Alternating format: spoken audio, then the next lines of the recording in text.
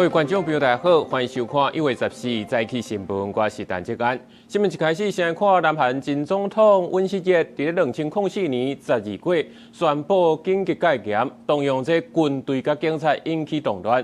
这检方是以涉嫌内乱、守无罪，正式来向法院提出甲求判死刑。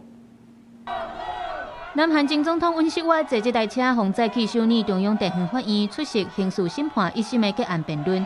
经过大约11点钟的审理，检方以涉嫌内乱守无罪，正式请求甲伊判死刑。法院打算2月中会来宣判。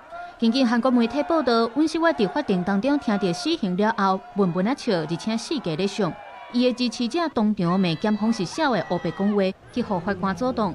根据起诉的内容，尹锡悦伫毋是战争或者是国家紧急状态的时阵，违反宪法来宣布紧急戒严，而且动员军队甲警察引起混乱。顶个月，特别检察官就宣布6个月来的调查结果。윤석열 등은 2023년 10월 전부터 비상계엄을 준비하였고 군을 통해 무력으로 정치활동 및 국회 기능을 정지시키고 국회를 대체할 비상입법기구를 통해 입법권과 사법권을 장악한 후 반대 세력을 제거하고 권력을 독점 유지할 목적으로 비상계엄을 선포한 사실을 확인하였습니다. 包含尹锡悦在内，拢总有8个被告，其中前国防部长官金良宪涉嫌参与内乱，去互求处无期徒刑；前情报司令官罗尚元互求处30天的刑期。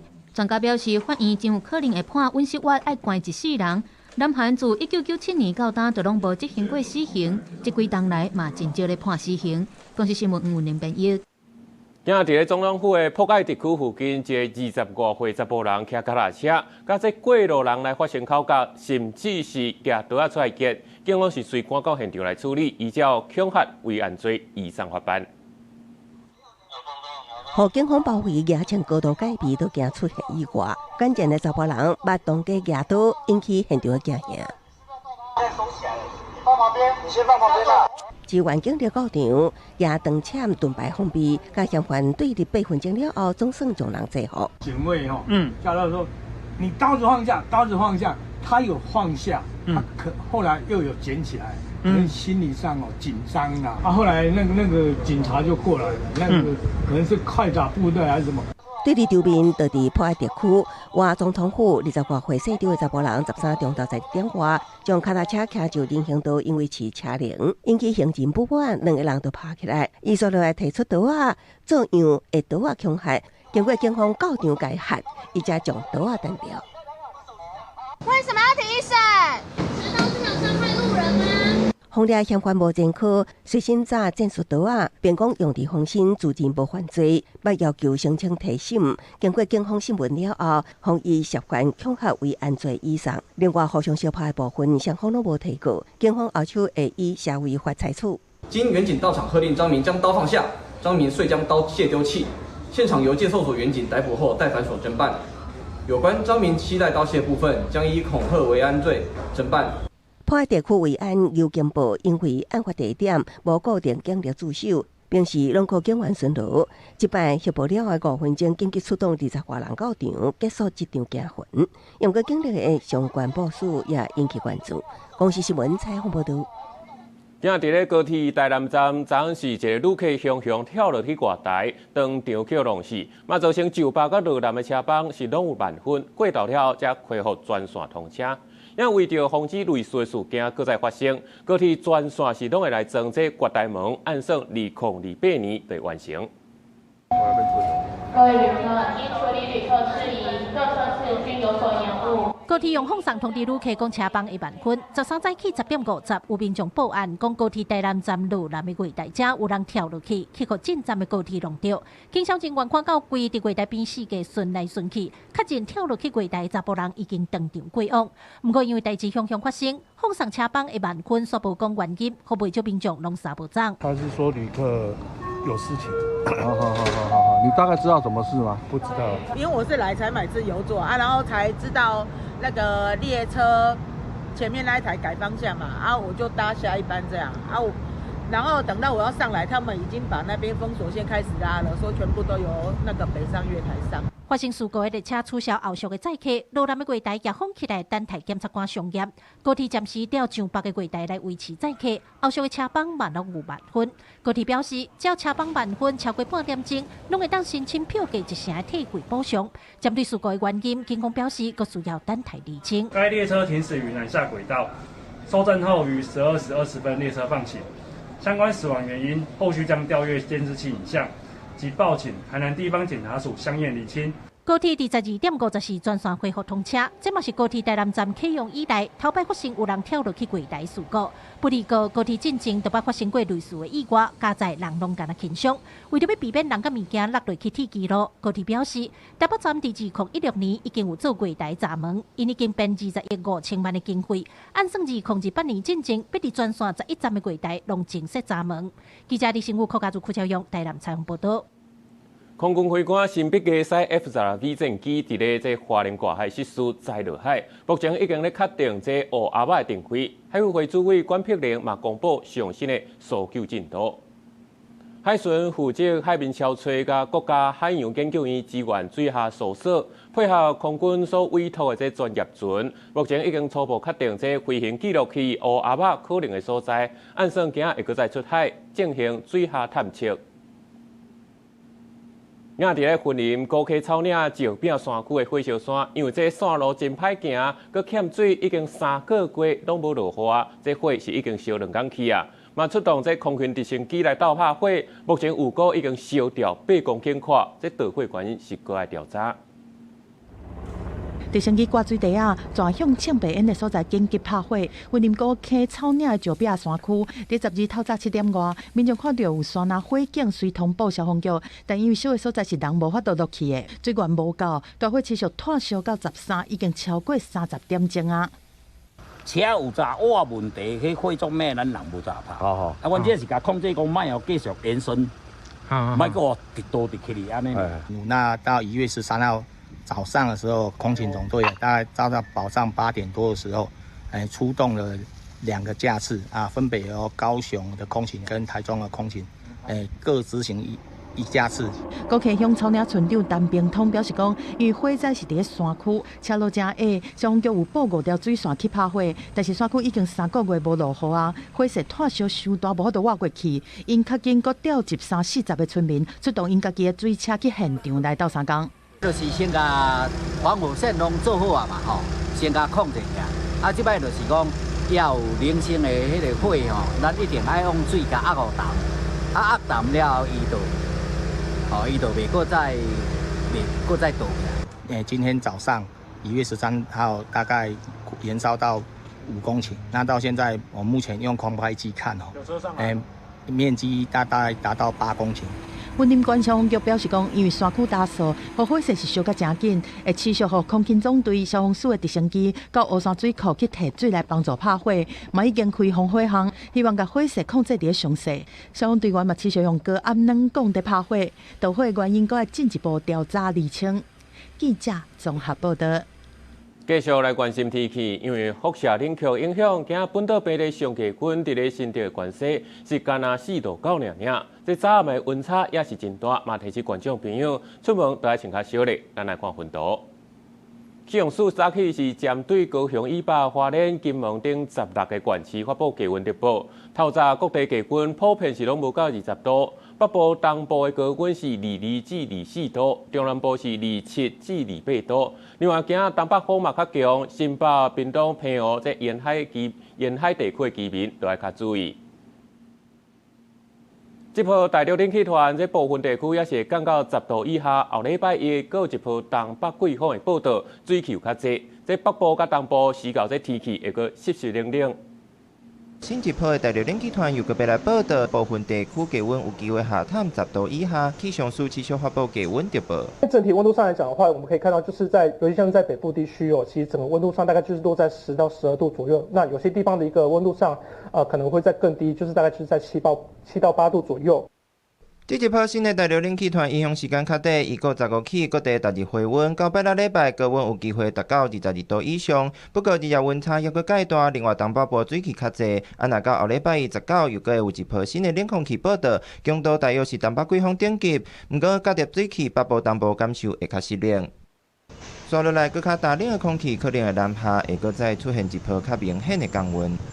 比较明显的强冷空气南下的话，目前看起来要等到就是1月20号以后，才可能有机会。不过这个变数呢，都还是比较大的。天气分析师提醒，目前台湾正伫2波冷高压转外冷风，日时感受袂搁再寒冷，不过受到辐射冷却影响，日夜温差有机会来到10度以上。早出晚回来民众一定要注意保暖措施。公司新闻采访报道。讲到即马天气咧寒，这流感疫情嘛对咧严重。疾管署公布顶礼拜新增加23例这流感重症的病例，嘛增加3例死亡。另外统计去年这肺炎链球菌感染的案例嘛有347例，是5年以来上界严重的。疾管署嘛宣布，对1月15开始，65岁以上高风险族群会改组一剂预防车。天气变冷，流感疫情也升悬。疾管署公布顶礼拜全台类流感门诊进就医达到91000多人次，比前一礼拜升悬大约1成。另外增加23例流感并发重症病例，加3例死亡重症个案中，上少年是一名北部30多岁男性，本身有大口高血压病史，无注本季流感疫苗1月初发病。目到诊所就医，也毋过症状无改善，佮到急诊快筛是 A 型流感，检查发现伊并发肺炎、呼吸衰竭、败血症等，目前由原地加护病房治疗。当时就收住到加护病房，他给予这个流感抗病毒药物治疗。那目前的话，他的这个症状已经这个慢慢逐渐稳定了，大概现在是住院将近1个星期。除了流感、肺炎也爱生理，疾管署统计，去年2025年侵袭性肺炎链球菌感染症叫做 IPD， 今年累计达到347例，创我5年来新悬。死亡数累计36例，以65岁以上长者占5成较侪。医师推测，真可能甲疫情解禁、免疫负债有关系，提醒高风险族群爱赶紧注意疫苗，若无一旦感染，致死率达到2成。特别要注意，就是一旦即使你经过治疗存活的话，也有可能发生一些严重的并发症特别是最严重的感染就是这个脑膜炎那有可能发生一些慢性的神经的一些障碍。为要降低生前感染肺炎链球菌并发症加死亡风险，疾管署宣布1月15起，65岁以上高风险族群会以单剂新肺炎链球菌疫苗20剂取代原本注2剂疫苗，只要注1剂就有完整保护力。有过大约有245万人符合资格。另外，流感疫情有过1月下旬进入流行期，高峰可能落伫旧历春节前后。公司新闻采访报道。来看今日的早报重点，先来看联合报。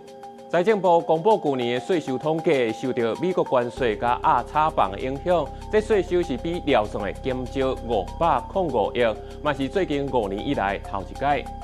再来是中国时报，伊朗反政府抗议，这官方是强势镇压，嘛造成真侪人死伤。美国总统川普宣布要对所有甲伊朗有贸易的国家扣25%的关税。最后是自由时报。民进党高雄市长初选公布，决定由这赖瑞良出来拼，对战国民党的郭志温。赢这赖瑞良是最后是赢区议员0.6%。赖瑞良嘛强调会担起高雄的未来，甲高雄守条。高雄加油！高雄加油！面对镜头，民进党立委赖瑞良看了心情真好。民进党高雄市长初选4个要出一个，竞争是真激烈。民调13出来。赖瑞良排第1，赢排第2的区议员。赖瑞良会代表着赢参选高雄市长，伊强调讲一定会守护高雄的发展甲未来。我也会全力的来继续争取我们3位同志跟所有的市民的支持，所有的从政同志的支持。我相信我们会团结一致。根据民进党公布的民调，4个候选人甲国民党郭志温来比，赖瑞良以55.99%排第1。区议员排第2，摕到55.38%，柯志杰排第3，林大华排第4。区议员虽然有现任市长，但其嘛小天，不过这届差无较1%全输去。第一时间还是展现风度，接受结果，先恭喜赖瑞良，嘛讲会继续为高雄打拼。我也祝福赖瑞隆，那也希望未来跟高雄，就像我说的，一生悬命，一生会奉献给高雄。恭喜赖瑞隆委员，面对未来的挑战，我们将会团结一致，守住高雄。只要制度公平正当，就没有脱党分裂的选项。今天结果出来了，我用同样的态度面对，我愿意承担。柯志杰回应讲，会做伙守护高雄。林大华强调讲，尊重制度，袂离开民进党。赖其迈表示，初选了后，上界重要的是年底的大选，延续民进党执政。初选难免就是竞争，但是更重要的是选后能够团结一致。未来就是柯真跟赖瑞隆的一个决战，甚至你可以说是柯真跟新潮流整个的一个决战，资源非常的多，所以我们未来高雄市长会是一个以小博大、逆转的一个方式。对手确定是罗水龙出线，郭志文表示会出现甲新潮流的对决，也伫3月份提出政见来争取选民的支持。记者综合报道。也讲到高铁要探宜兰，前政务委员张景心是公开来反对，讲短短几十公里尔，就要开4000多亿，这敢有道理？铁路局是强调讲，这高铁的路线会当甲这代替来分工，消透国道5号的车流。宜兰县议会对面的这片土地，都是规划中的高铁宜兰新设站有定地。高铁延伸宜兰计划理解宽屏去年通过，铁道局已经将综合规划案送至政院，当咧等待核定的时，经政务委员张景心批评，高铁延伸宜兰未来可能开4000亿，也算是过去规划的8亿地铁案的几啊倍，无效益会加做高铁的无端端。这个效益非常非常差，投资非常非常大，将来就变成一个盲肠断。不要算那个投资的成本了，就算今年它也亏钱了。就把高铁公司拖累了嘛。根据铁道局的上新估算，高铁延伸宜兰为南港到宜兰新设站，全长60.6公里，建设经费3521.8亿，行车时间大约20分钟。过去规划的8亿地铁路线为南港到头城长53公里，以同款条件掠算建设经费已经来到2220亿，行车时间大约50分钟。目前代替会当透过一寡提升的手段，用更较经济的方式，会当让更较侪人会当受益的方式来解决。至于就宜兰而言我们大部分的乡亲对于整个高铁延伸宜兰其实大家都是乐观其成。新起高铁路线敢是有效益，在地也有无共声音。前交通部长何庭淡点出，高铁延伸宜兰毋那是一个工程，更加爱考量未来营运、就简化冲击运量，甲设置地点敢是符合旅运需求，拢爱考虑。宜兰这个地方，大家普遍的，不管是去头城玩、去苏澳玩，他去的地方不一样，地方都要坐转车，所以对于游客、对于居民的通勤来讲的话，你这个单一点的高铁都不是好的营运方式。台铁它最大的瓶颈是在树林七堵之间，它要开新的车班出来也是有问题的。高铁是一个全新的路线，可以按照我们现在的旅运需求来增开班次。对前政务委员张景心质疑8亿高铁不如8亿地铁效益，铁道局回应。地铁受限代替伫像那7堵用量困境，发车帮助有限，存在南港段的后车拆迁问题，才会伫经过10多年的规划无法度继续推动。反过来看高铁延伸宜兰计划，尖峰1点钟单向计划西四帮处有希望移转部分国道5号的车流。公视新闻采访报道。国际上要紧，美国总统川普公开呛明讲要摕到格陵兰，甚至还有共和党的众议员来提案讲要把格陵兰列去美国的第51州。不过，人格陵兰总理甲台北总理拢讲因绝对唔买，今日就派人去到华府当面甲话讲清楚。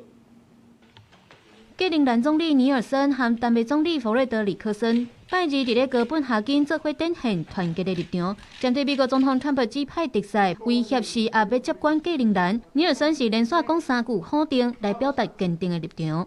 Grønland vil ikke ejes af USA. Grønland vil ikke styres af USA. Grønland vil ikke være en del af USA. Vi vælger det Grønland, vi kender i dag, og som er en del af kongeriget Danmark. 尼爾森強調，格陵蘭唔是商品，雖然重視甲美國的安全談判關係，唔過絕對袂選擇脫離單北王國，互美國來接管。因若花火动作拢无停歇，有共和党籍的众议员已经正式提出法案，主张为了国家的安全，应该让格陵兰成做美国面积上大的第51州。川普阁表示讲，格陵兰有真重要的战略地位，中国甲俄罗斯爱船只拢已经部署伫咧周边海域，但北根本就无才调来防卫。专家分析，川普条约要得到格陵兰背后，除了为了战略地位甲丰富的矿产，也有一种扩大领土的历史野心。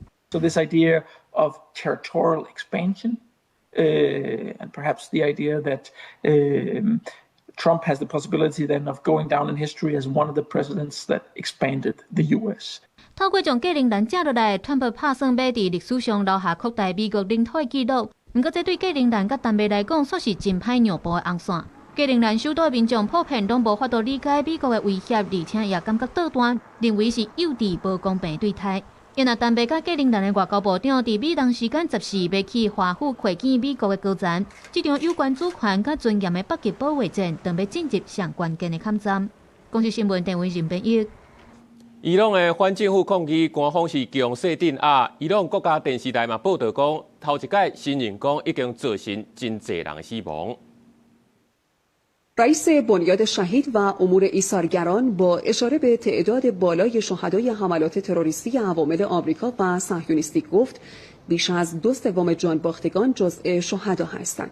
آقای موسوی افزود شهدای مردمی از قشرهای مختلف تا حافظان امنیت هستند که با انواع و اقسام سلاح‌های گرم و سرد به شهادت رسیدند. 伊朗国家电视台讲，进前唔公布，就是因为死伤受过惨重。这官方是切断对外网络，一直到昨，这伊朗民众才会当打电话出去。有人权团体嘛指出讲，这场动乱死亡人数已经超过2000人。另外一方面，也有非正式的团体推算讲，这个死亡人数可能有到6000人啊。美国总统川普嘛表示讲，可能用强势行动来支援伊朗的抗议人士。不过，伊嘛讲到，这伊朗已经有来甲伊联络，希望好好谈判。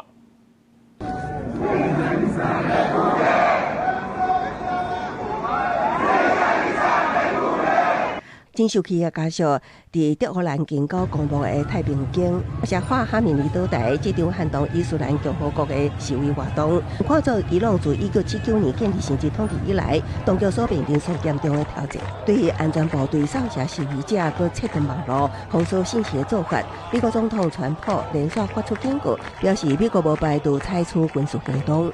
根据路透社引用无记名消息人士报道，川普甲国安团队的行动选项包括网络攻击，甲由美国也是以色列直接发动的军事打击。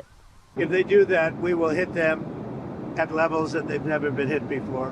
华尔街日报是引用一名美国官员报道，包括副总统范斯在内的北京高层幕僚，更想要说服川普，伫对伊朗动用军事力量进前，先取外交的方式。川普也对外表示，伊朗方面其实已经主动联络华府，小组谈判意愿。不过伫这个同时，以色列媒体报道，离伊朗大约200至300公里的卡达乌代特空军基地，美军被52轰炸机加油机顶，最近活动真接显示军事准备当咧升悬。Yesterday, the leaders of Iran called they want to negotiate. I think they're tired of being beat up by the United States. 不过将对安全部队老会镇压造成重大死伤，后面当准备对伊朗实施更加严厉制裁。川普也伫社群媒体宣布，美国将对甲伊朗有生理来往的国家 Q25派关税立即生效，将对伊朗局势加重。美国国务院在日发布最高的安全警示，呼吁美国公民离境。法国、德国甲瑞士也随即得咧发布。公司新闻安鲁梅编译。国际上的大代志，做回来看世界。美国夏威夷的吉劳亚火山最近喷发，美国地质调查所指出，这届喷发可能放出10万吨的二氧化硫，形成一种火山雾，恐惊伤害咱人的呼吸道甲健康。希腊公司有3只游船传出讲，伫咧黑海遭受到无人机的攻击。根据了解，这游船当时是要去到罗西亚沿岸来载原油，目前也无清楚是啥人做的。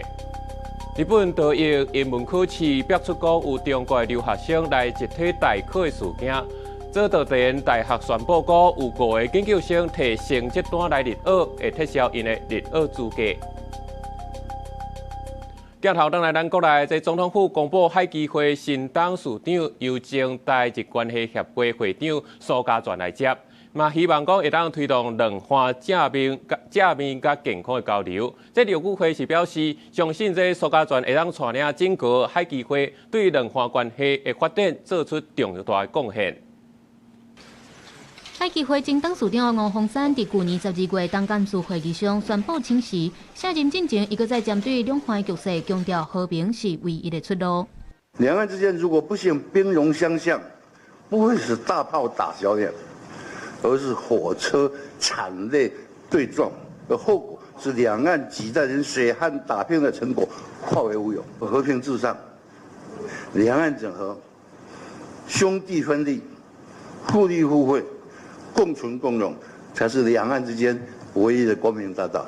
今麦总统府也伫咧13正式公布海基会新任董事长人选，会由前台日关系协会会长苏家全来接任，希望会当推动两岸正面健康的交流。刘辉表示，相信苏家全会当带领海基会团队对两岸关系发展来做出重要的贡献。过去担任台湾日本关系协会会长期间，苏家全也常在咧公开活动上加强甲日本的交流。我们除了坚定捍卫自由且公平的国际贸易秩序，也会实际行动支持来自日本的安全且优质的农渔产品。苏家全捌做过国大代表、立法委员、屏东县长、内政部长、农委会主委、立法院长、甲台日关系协会会长，也有民进党秘书长、中常委等等的职务，经验是真丰富。说落来，苏家全要安怎带领海基会，促进两岸沟通交流，受到各界关注。公司新闻驻红地政见广综合报道。纽约时报报道，美国对台湾的关税是要降到15%，不过这条件是台积电爱伫咧美国搁去入境的真原厂。国民党就质疑讲，这内底有暗盘条件，对咱是真不利。行政院经贸谈判办公室强调，了解关税目前这双方已经有一定的共识。台美的关税谈判，搁一摆传出新进展。根据《纽约时报》因消息人士的讲法，上近这个月内就会对外来公布，内面台湾的出口关税税率会对20%调降到15%，和美国伫亚洲的关键盟友日本、韩国拢相共。但台积电必须要伫亚利桑那州搁争取至少5座半导体晶圆厂。行政院经贸谈判办公室跟他讲，关税谈判的目标一直都是争取调降卖他家，目前已经有一定共识。在台美第5轮实体会议之后，我方是透过视讯会议还有书面文件的交换，以台湾模式与美国商务部来洽谈供应链的合作，也请美国提供取得土地、水电、签证、行政便捷等协助措施，创造对我国业者有利的投资环境。We are very excited to see TSMC expanding in Arizona. TSMC joins many companies from healthcare to aerospace that have invested from Taiwan and Phoenix.And we continue to grow the products that we buy from Taiwan as well. 对台积电有可能扩厂，亚利桑那州红枫社市长表示真欢喜看到，但是川普政府关税措施的合法性即马还未确定。美国最高法院上紧有可能伫咧当地时间10时做出裁决。南洋这边烦恼讲，若川普败诉，台湾恐惊同款来付出代价。这5座晶圆厂一盖啊，那大概就是天下无敌了。美国的法院呢即将判决，恐怕会判决关税战。川普会败诉，但是我们事实上已经付出了被掏空的代价。如同过去魏哲家董事长所说的，客户在哪里，台积电就前往哪里。他们的设厂需求，那绝对是依据当地有这样的市场。台积电去年才宣布，伫美国的投资金额加1000亿美金来起抢房。美国商务部长就讲，并是补贴的原因，是华府直接动用多元、公平和包容 DEI 条款来谈判，迫使台积电扩大投资。这不是美国第一摆以政策工具迫使外国企业让步。那美国在这个 DEI 的使用方式呢，在之前的巨大呢，就已经使用过一次，就是说我们已经在其他的传统产业呢已经试过水温，最高法院纵使判断关税对等关税的是失效的，但是呢，美国政府已经透过其他的一种行政法规或行政规则，找出能够谈判的筹码。学者嘛提醒讲，未来川普政府有可能会利用国安、军购，还是政治角力来做谈判的条件，必须企业伫咧美国投资，还是伫咧关税谈判内面摕到优先地位。经贸办是强调，等台美做总结会议了后，双方会对外宣布协议的主要内容。台湾政府嘛会向国会和社会完整说明，而且把文本和评估送到国会审议。记者综合报道。也讲到这国安基金对去年4月开始护盘台股279天，正式来宣告退场啊！嘛投资台票122亿，估计是有赚到64亿，超过5成。国安基金退场了后，台股第一个交易日13早盘是开关到30630点，盘中上悬冲起到30973点，收盘伫30707点，台股阁创新高。另外，领起的台积电是收伫1710块。大起20块嘛创新高价，市场的交易真热，成交量加价盘后是达到7429亿，上市公司的总持单嘛达到100条，无受到国安基金退场的影响。加上账面的获利60几亿的话，即使呢要退场卖出的金额，全部卖出的金额大概是不到200亿。以台股目前每天的平均成交量大概有到7000亿的一个水准的情况下，这200亿的一个卖压，其实不会有太大的一个影响。专家分析，国安基金终止279天史上上长的护盘，即马市场关注特别公布的台美关税结果，和台积电扩税会的题材。不过，嘛要注意过热的风险，短期买盘伤强，可能随时出现技术性的诱惑。民众的信心来讲，其实是有很大的注意啊，就是股市啊，它对我们整体那个经济的情况还是会有非常大的影响。好，因为我们有很多家庭在股市上也有投资，它的这个经济情况就可以得到一定的支持嘛。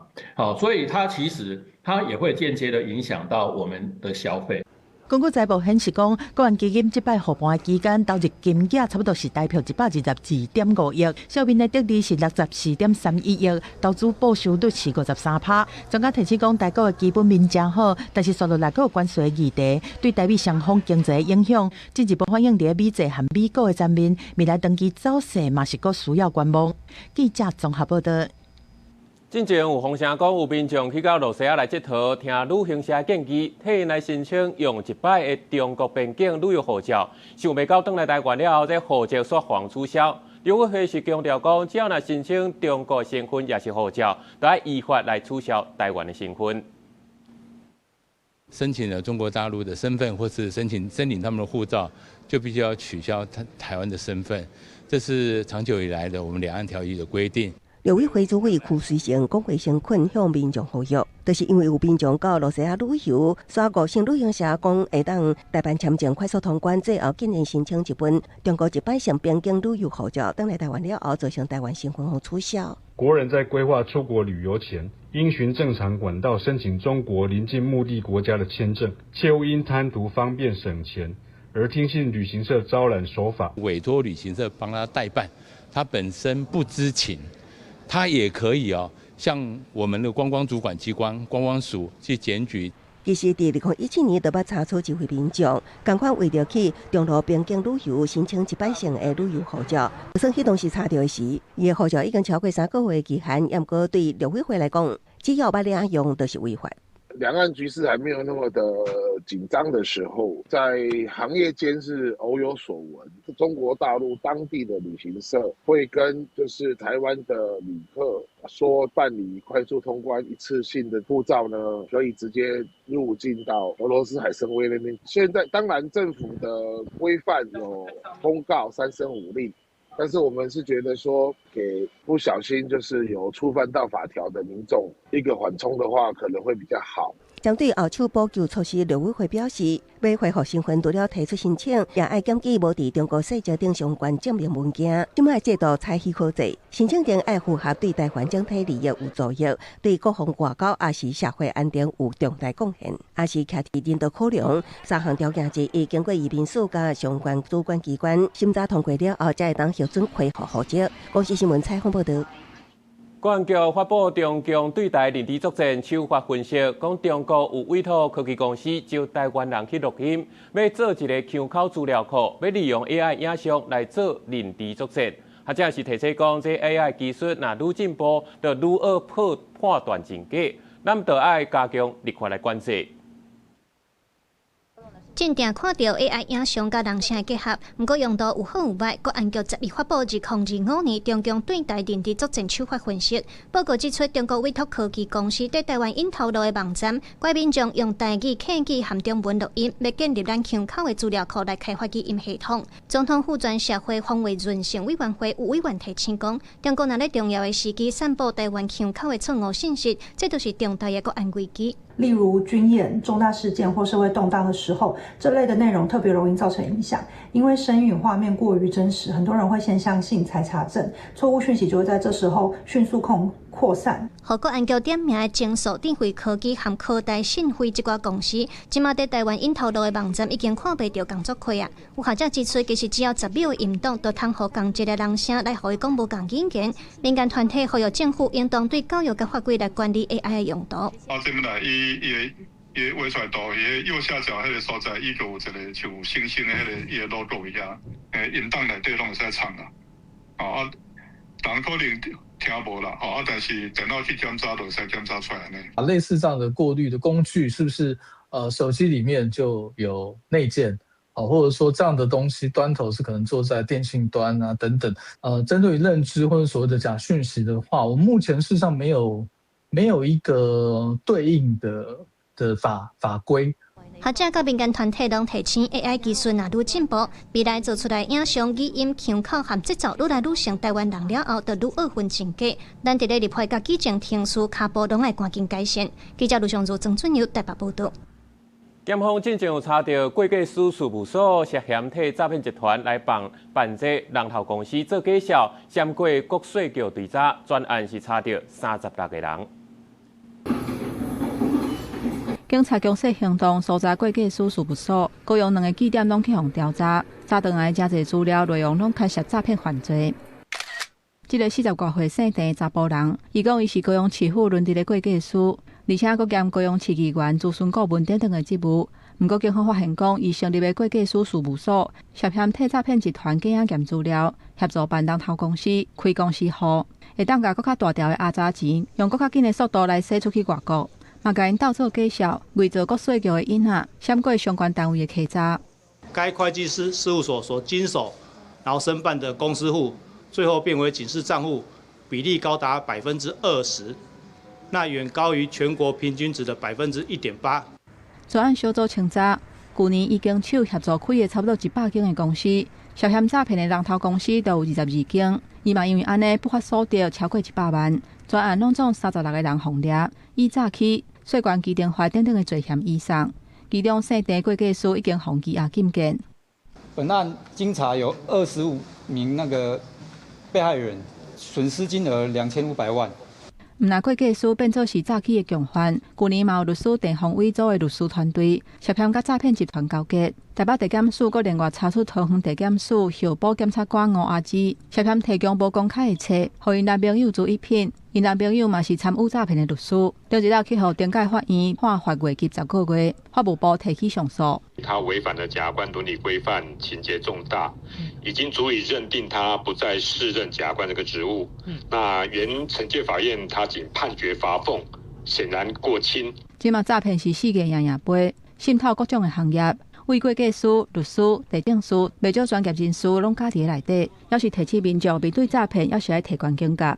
记者综合报道。最近伫咧中华基督教病院有一份内部公文，写讲我愿意加班，这是引起议论。病院是讲会尊重当前加班意愿，绝对毋是强制。毋过，这护理师团体嘛认为讲，除了双方爱协商，佮工作条件也要改善。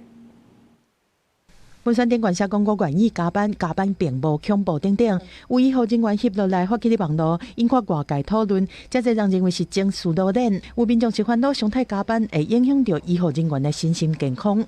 燃烧自己，然后到后来最后生病是自己没时间看病了。像你长久加班，我觉得有些人也会受不了。医护人员也是人呐。这个本身是对中华基督教病院来的，病院讲这是要对伫高压多变的手术环境内面，佮愿意加班的同仁正向鼓励。另外，因病院加班和其他病院意外加班的方式无同，是互有意愿的同仁采登记制，才会当加班的时间写起来，并不是强制性的。在员工自己自愿的情况下，留下来加班，可以配合手术室的运作，也可以兼顾到员工下班的时间。因为我们是要配合劳基法，就是你休息不能就说低于12小时，所以我们有遵守这个原则，那就是尽量大概抓在2个小时。病院这边表示讲，开刀房常常因为急诊的患者详细无确定性，互加班变做常态。但是，逐摆加班的时间未超过2点钟，时数是符合劳基法，嘛互因保休和福利。但是，护理师团体和劳团是认为讲，这个做法虽然是短期解决问题的办法，但嘛是看出护理人力无够的困境。你长期每天都在加班的话，其实人员会很疲惫。这除了我们的人会疲惫，就会可能会想要离开之外，因为他一定也很想休息。那另外我们也会担心病人安全的问题。就是没有提高薪资，大概人力的补足是没办法做到的。因为现在的状况应该是，就算有人每年都有新的毕业生进来，但是如果没有办法留住的话，他一定会转往其他的服务业。护理师团体和劳团表示讲，除了要加强集体性的协商，尊重基层加班的意愿，嘛要对劳务环境来改善，才当减少临床医护的流失。新的医护人员嘛，较会愿意来投入。记者综合报道。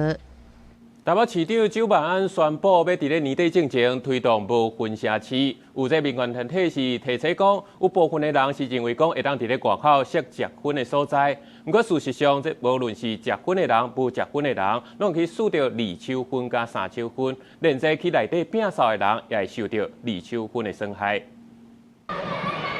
信义区就算是平常时下晡，嘛是真热热，人来来去去。乡体广场有采真侪禁止结婚的告示牌啊，就是要提醒民众爱注意。台北市长周万安12宣布会伫年底进前推动无婚害的城市，按算参考日本东京设置结婚的区域，甲有结婚甲无结婚的人分流。不吸烟的人的话，就可以考虑到他们的心情啊，对啊，就像可能在路上边走边抽烟的，那可能对人家的观感也不好嘛。小孩子如果经过被烟飘掉，那其实都不太好。那干脆就把政策定得明显一点，你要抽烟就给你一个规定的地方去抽就好。民众表示赞成，当时基金会婚害防治中心主任林清丽嘛讲乐观其成，支持台北无婚害城市的计划。除了设立公共场所甲工课场禁止结婚，嘛规划户外定点区域结婚，避免二手婚、三手婚对健康的危害。开发国家、先进国家，我们会去看这些大都市，他们其实都用吸烟筒分流。那其实抽烟的人一旦看到吸烟筒，他很自然的，他就会聚集到这个吸烟筒的旁边。林清丽嘛提醒，针对部分人士的建议，若设置户外结婚的所在，就要搁考虑，因为这结婚的人若伫固定的区域，相时会受到二手、三手婚的影响，更较唔免讲伫遐摒扫的清洁人员，会直接伫咧有婚害环境内底。强化现有标示，增设户外吸烟区，同时于人潮热点区域先行示范，并增加稽查及巡检人力。参考这些国外城市的做法，我们希望能够改变思维，也就是原则禁止，地外开放，来设置吸烟区或吸烟室，但其他区域我们都希望能够打造全市无烟的环境。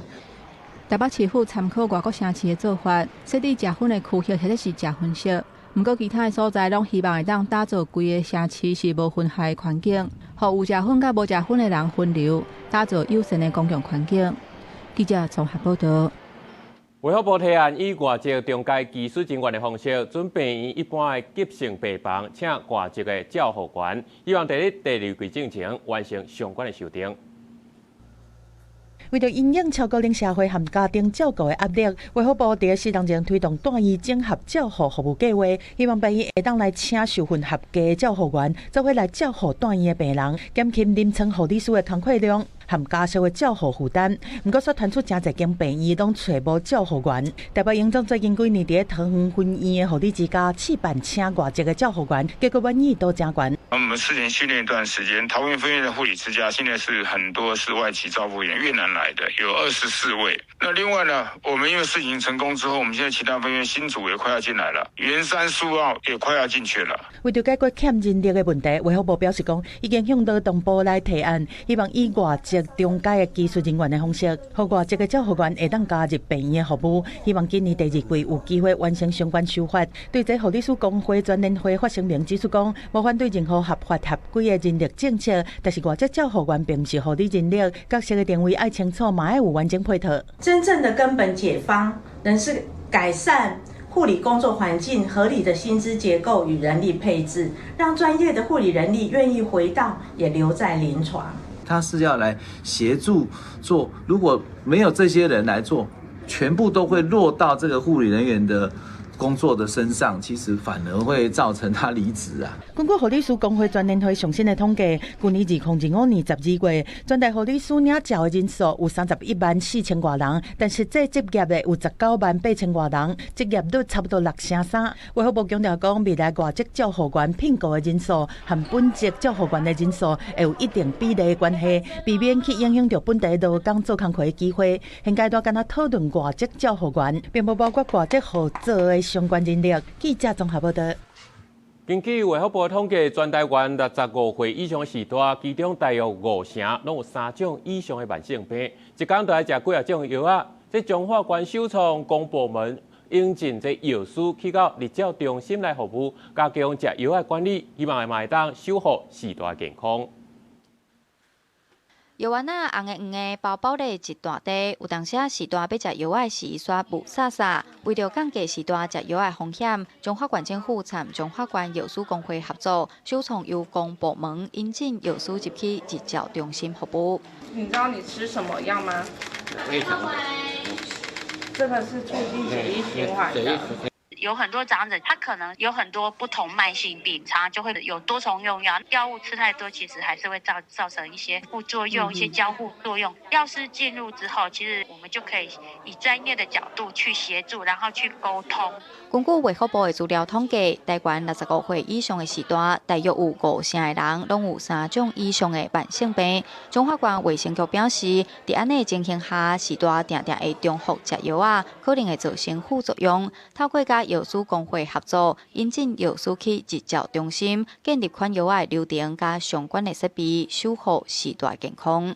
让我们药师到日照中心来做一些用药的整理，还有这个药力的一个建档全国率先能够让介入这一个领域里面那让我们药师有一个专业的一个再次的提升提供的服务。中华卫生局表示，专业药师进入日照中心，会当加强时代用药管理。目前全关26个乡镇市，计共有28间的日照中心有药师服务。未来嘛，希望达成全关80多间的日照中心拢有药师进入辅导的目标。药师工会嘛，希望这项制度会当推广去其他县市，落实高龄优先城市。记者杨淑晴综合报道。伫咧嘉义溪口的展示油楼有将近100档的历史啊！2018年已经公告做县定古迹，县府今年佫争取到2000万的补助，准备要开始修复。西洋风格建筑，厝尾顶佫有一个蜡叶的黏土雕塑。嘉义县溪口即间有96档历史的县定古迹展示洋楼。嘉义县政府配合文化部的补助，计共要用2780万来进行修复，希望会当甲较早溪口的历史佫展现出来。曾氏家族在西果乡，那在当时有一定的影响力所以叫我都去遮尔那好的厝所以因的这个先人嘛捌做过在地的乡长所以我想这个房子的修复不只是修复房子，也修复了当时的历史。修复计划主持人表示，工期计用730天，除了会尽量用原地材料甲工法来修复以外，嘛会来加强洋楼的结构。溪口乡公所指出，展示家族是地方重要人士，这栋洋楼为日本时代一直到今，毋但见证溪口的发展历史，嘛替地方保留真重要的文化资产。大家来到这会当用 QR code 扫，就会当听到伊有国语嘛有台语，会当听到这种曾氏洋楼的这个历史佫有故事。那这个毕竟是在1930年盖的，距今已经90几年的那个历史所以有很多东西我们要再慢慢的去斟酌，去把它恢复到原来的这个样貌展架后代表示，溪口较早无火车嘛无公车，所以相关的发展就较慢。希望这间洋楼整修了后，除了带动观光发展，嘛成做文化传承甲地方教育的重要基地。记者林慧婷嘉义报道。淡市最近有推出古迹漫游票，150块，就当互你去踅2间。不过民众所讲，算算的敢若无啥会好。文化局是解说讲，这张漫游票除了会当踅古迹，阁有风景区的游台，爬起来是真正有影省。真侪外地游客来高虎城，除了食美食，更较爱去参观古迹，感受古迹的怀古气氛，更较管理现代城市的吵闹。为此，台南市文化局最近更较推出台南古迹漫游馆，150块，就会当踅安平古堡、赤坎楼、安平树屋，又在金城选到2个景点参观。也毋过有民众发现，单一古迹入园专票70块，2个景点个别买票也比漫游馆俗10块。待的时间不长，或者说行程上安排不会到这么的满。这样的话，我会觉得说，那我是不是买一张70块全票是不是就好了？对，我不会觉得逻辑有点怪，但是我觉得可以推出那种不是4选2，可能就是4个都参观，因为你会参观古迹，就代表你对古迹会有一定的兴趣。对此，台南市文化局解释150块的台南古迹漫游馆，除了会当去参访2个景点古迹之外，也会当享有大书铺、台南空珠庙、安平地游南园区等6大热门景点的入场优惠，实际拍者也更较济，大约200块。增加了6个景点的超值优惠，等于说你持漫游券到像台史博或者德阳街这几个园区，像赤草绿色隧道这些，它都可以享全票5折到95折的优惠。对，所以整体折扣这样子是蛮划算的。文化局强调，古迹漫游馆是以串联景点互相宣传，有关整体的旅游效益为核心概念。套票若是节省买票加排队的时间，更较兼顾春秋的使用，一罐伫手随行随踅，同时也无使用的期限。后一摆来也阁会当出示漫游馆继续耍，互游客伫台南旅游更加轻松。公视新闻采访报道。巴皮昂啊，最近有新推出一款自闭症的乌顶药，希望囡仔会当理解多元的世界，接受你甲我不同的差别。美泰日公司新推出的自闭症芭比，是开1年半的时间，和自闭症的团体合作开发，真是呈现这个族群是安怎感知，而且去理解斯科利亚的世界。斟酌看自闭症的芭比，伊眼神是小可偏一边，避免和人直接用眼神来交流。活动式的手敲手腕关节，会当展现一个患者用来处理感官资讯，也是表达欢喜的行为，亲像是拍扑啊、自我刺激，也是其他的手势。另外配件嘛无得凊彩。These accessories that she has are so important because they're just tiny things that autistic people can do to kind of make our experience moving through the world a bit easier. I think autism is something that, like, there's nothing bad about being autistic and there's nothing wrong with being autistic, but 对着自闭症和过动症的作家米道顿讲，自闭症芭比的出现，反映出社会对这个族群的理解正在转变，患者感觉互看到、互接受，使人真感动。不管敢是这种家庭和囡仔体验这款乌婴幼仔的反应嘛，真正面。That so many little girls are going to be able to see themselves in a doll. Did you like it, Penelope? Yeah. Yes. Did you love all the accessories? Yeah. 现代的芭比乌婴幼仔已经不是传统迄种真水真野目的角色，希望互囡仔学着理解，而且接受多元的差别。公司新闻时会中编译。下播报天气写款来看详细资料。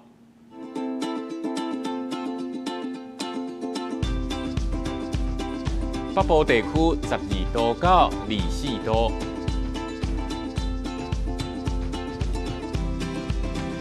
中部地区9度至26度，南部地区11度至27度，东部地区13度至23度，外岛地区11度至22度。感谢你收看今日的早起新闻，我是陈志安，咱明仔载同一时间再会。